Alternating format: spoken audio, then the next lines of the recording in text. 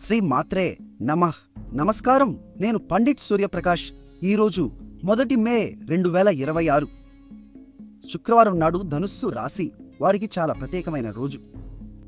వైశాఖ పూర్ణిమ అంటే బుద్ధ పూర్ణిమ నాడు చంద్రుడు మీ 11వ భావంలో అంటే లాభస్థానంలో ప్రకాశిస్తున్నాడు.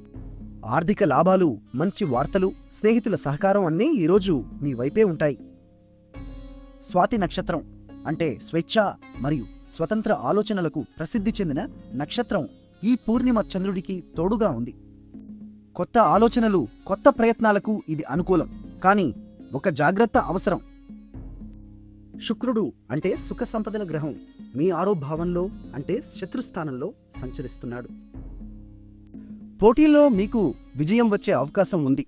కానీ ఆరోగ్యం విషయంలో నిర్లక్ష్యం చేయకండి. జీర్ణ సమస్యలు, అలసట రాకుండా జాగ్రత్తగా ఉండండి. గురువు మీ రాశి అధిపతి 7వ భావంలో అంటే భాగస్వామ్య స్థానంలో ఉన్నాడు. ఇది సంబంధాల్లో మంచి అవగాహన తెస్తుంది. ఈరోజు మీ అదృష్ట సంఖ్య 7. ఆకుపచ్చ రంగు ధరిస్తే శుభ ఫలితాలు వస్తాయి.